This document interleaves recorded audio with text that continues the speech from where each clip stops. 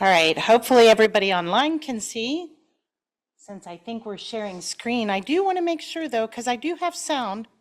So I'm going to click on the share sound.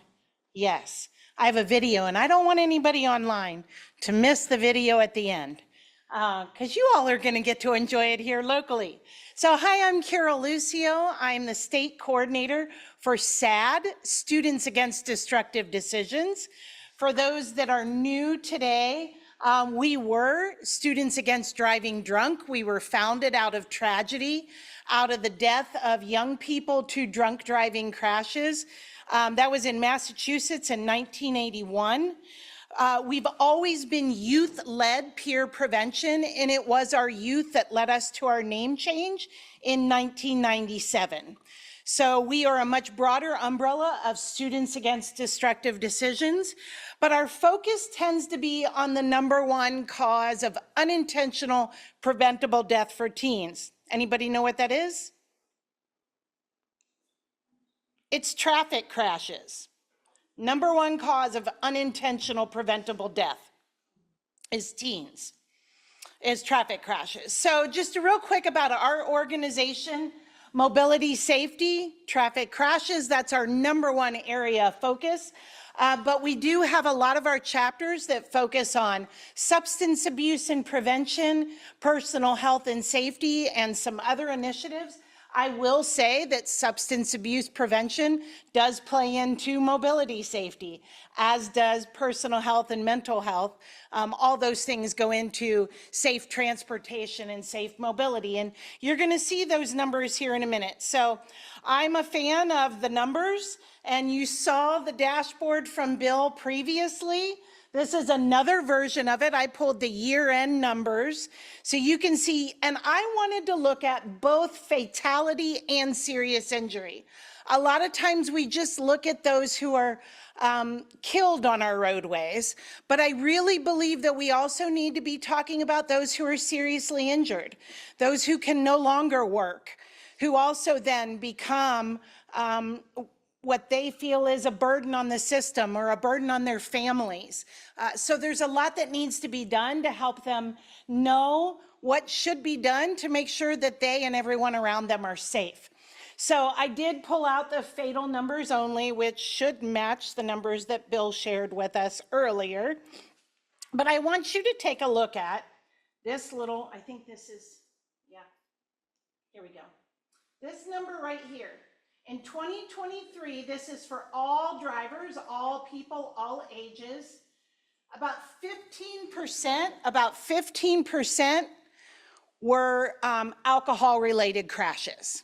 I also want you to look down here at the bottom of the unbelted, belt not in use. About 33% of all people, their belt was not in use. Now, I like to look at, and this is where I tend to focus more of my efforts, is in the 16 to 20-year-olds. So what are they doing? The 16 to 20-year-olds, and I have circled it, they are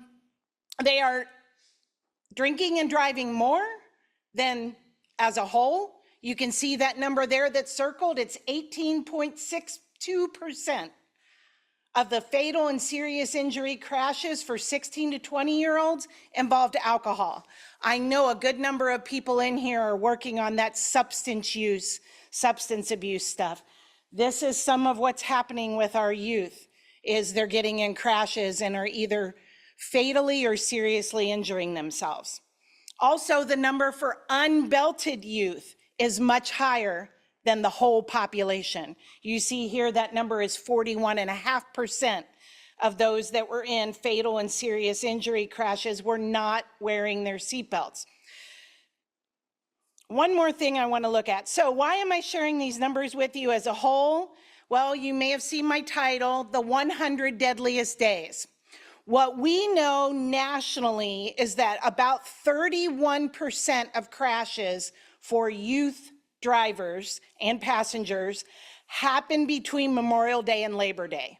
So what does that mean in regard to these numbers?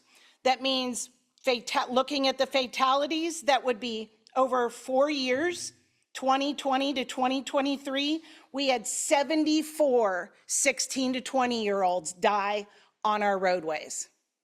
We had 458 of them seriously injured.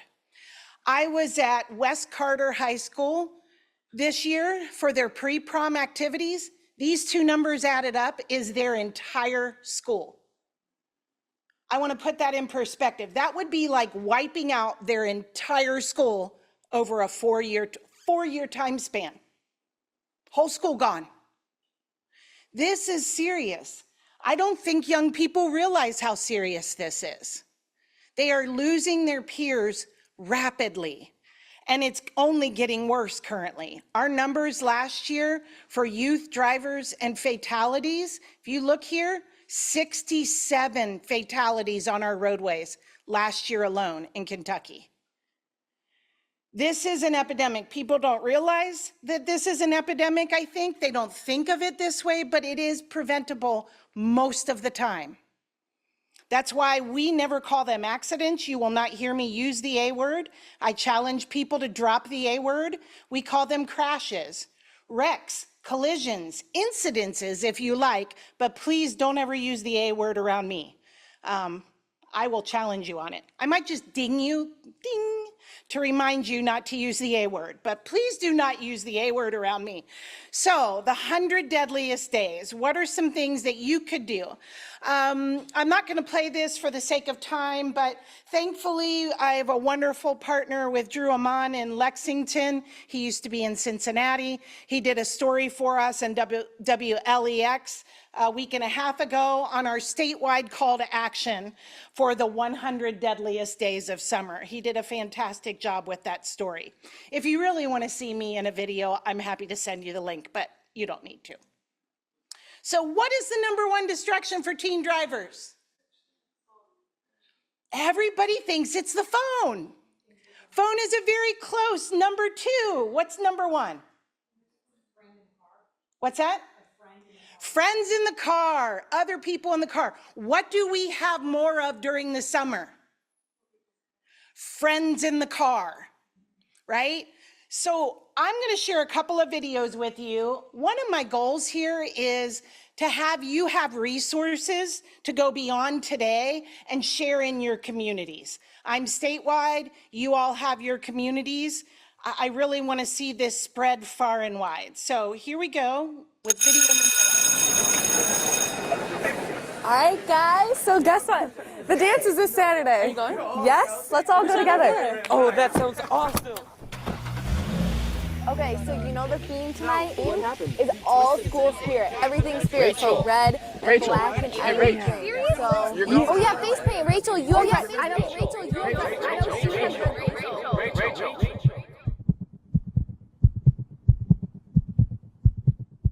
Really simple, quick, easy video that you can show to help teens understand that they can be an empowered passenger and help make sure that the driver is driving as safely as possible. I love that video. Okay, let's watch another one. Hey, what do you guys want to eat? How's pizza? Yeah, pizza. I'd be down for that. I love this song. Yeah, me too. Hey guys, let's go live. Yeah, let's do it. Stars look like amethyst, and you have missed a lot. The reminiscence of your kiss lingers in the dark. Watch out! Couple of years old, but I really love this, and I think we see a lot of this, especially at the summertime. The party starts in the car, on the way to the lake, on the way to the pool, whatever it might be. Piling up a bunch of people in your vehicle and having the music going and going live is not the way to stay safe. So to share that message with young people. All right, one more. Dear Mom and Dad, I'm sorry for everything. We have been looking forward to the party all day. It was all we could talk about. You always told me not to be in a car with a distracted driver, but I never thought I would be the distraction. We thought it was a good idea to carpool, but there were too many of us and not enough seatbelts. We were all just having a good time and listening to music. She took her eyes off the road. For just a second, she wanted to see what all the noise and excitement was about. The distractions we were causing ruined so many lives. I realized the crash would affect you, but didn't think it would affect so many in the community. Everyone lost someone that day, a friend, a sister, a child. I want you to know that I never meant for any of it to happen. Please, share our story. I don't want anyone to have to go through what you guys did. I'm so sorry. I love you, Kelsey.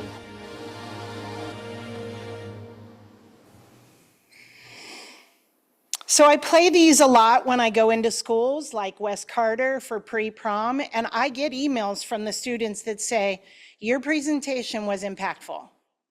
These things resonate with young people, but even more so that peer-to-peer outreach is what resonates. So the answer, other teens, to my question, there are a lot of different types of distractions. So I talked about some of these in the summertime, going to the lake, the sun's out, it makes you happy. Anybody here notice that you drive a little faster when the sun is out? Like you're happier, right?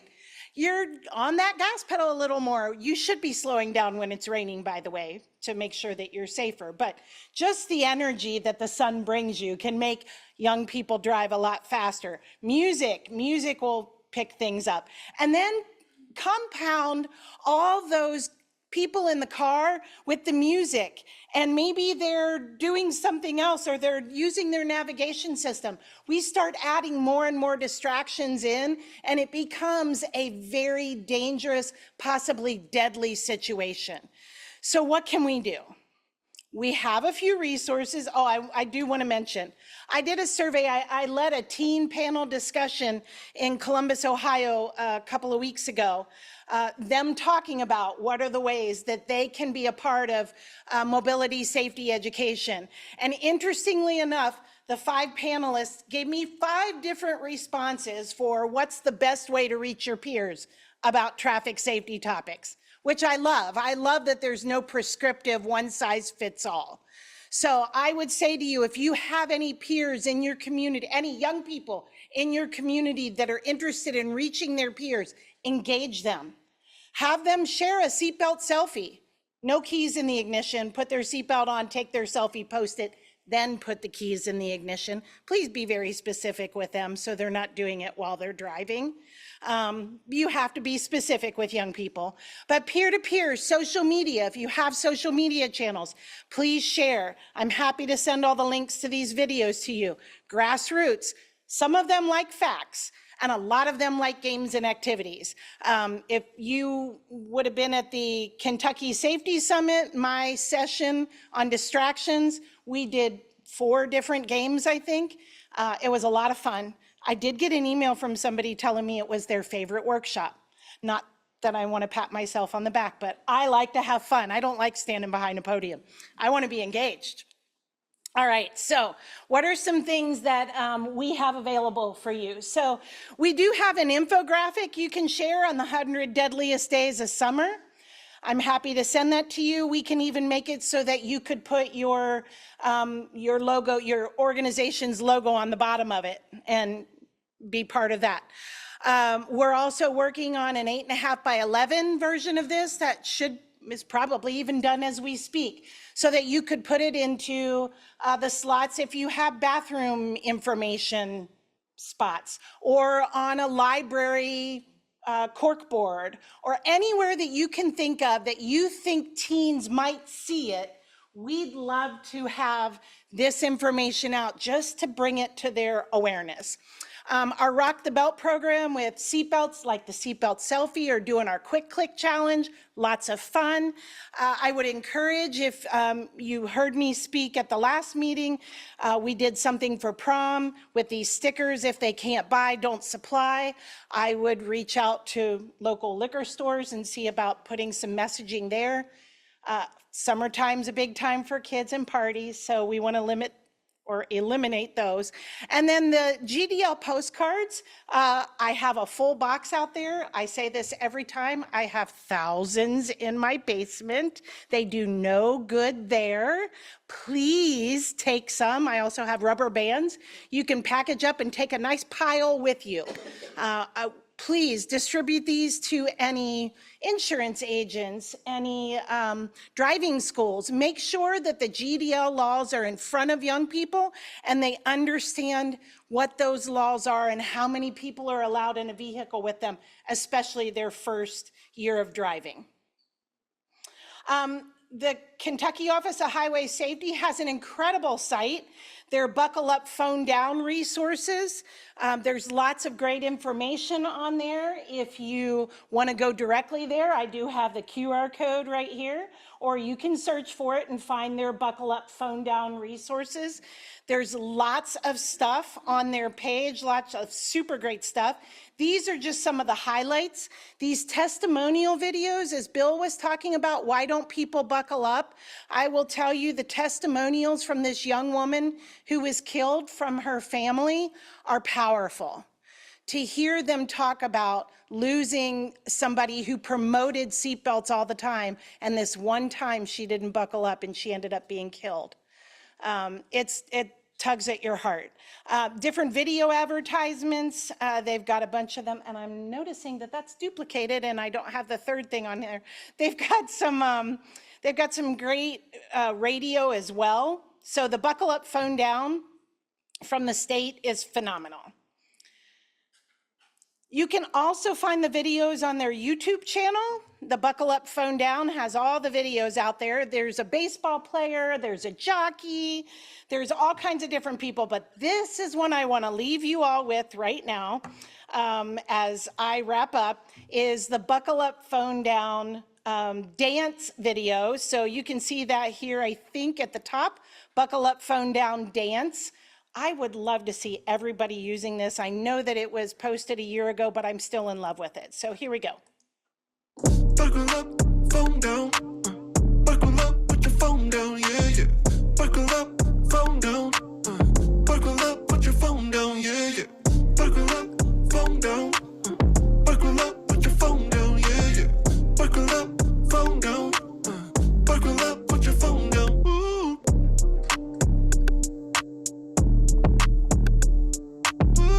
Be safe, Kentucky. Buckle up and put the phone down. I dare you to get that out of your head for the rest of the day. Buckle up, phone down. I've been singing it for days. Okay, so this is how to get in touch with me. I'm happy to come out and be a part of events during the summer. I really want to be connected to schools and start doing more of that in-community stuff through the youth. My job is to help support them. Where the rubber really hits the road, pun intended, is that youth engagement peer-to-peer, encouraging each other not to drink and drive, encouraging each other to wear their seatbelts. That's really where we are going to make a change and make things happen. And that's what I need your help with, is helping to make those connections.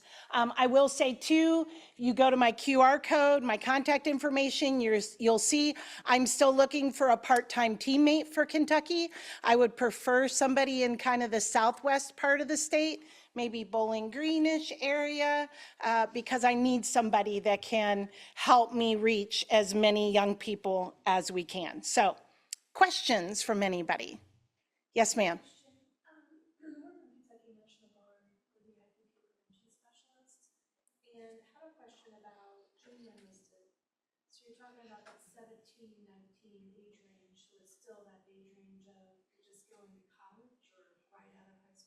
Mm-hmm. Yeah, actually, we do quite a bit of work on the college level, for sure, and I've got a whole toolkit for that. So the question was about working with the 17 to 19-year-olds. So yes, we do have a whole toolkit on college, so please take my contact info. Let's do that.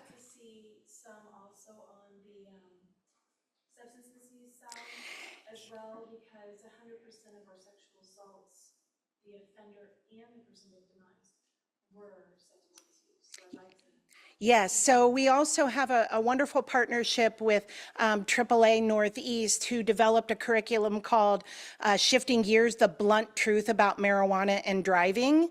But it talks about the science of how marijuana affects the developing brain. So super great to have at that high school and college level, because the brain's not considered fully developed until age 25.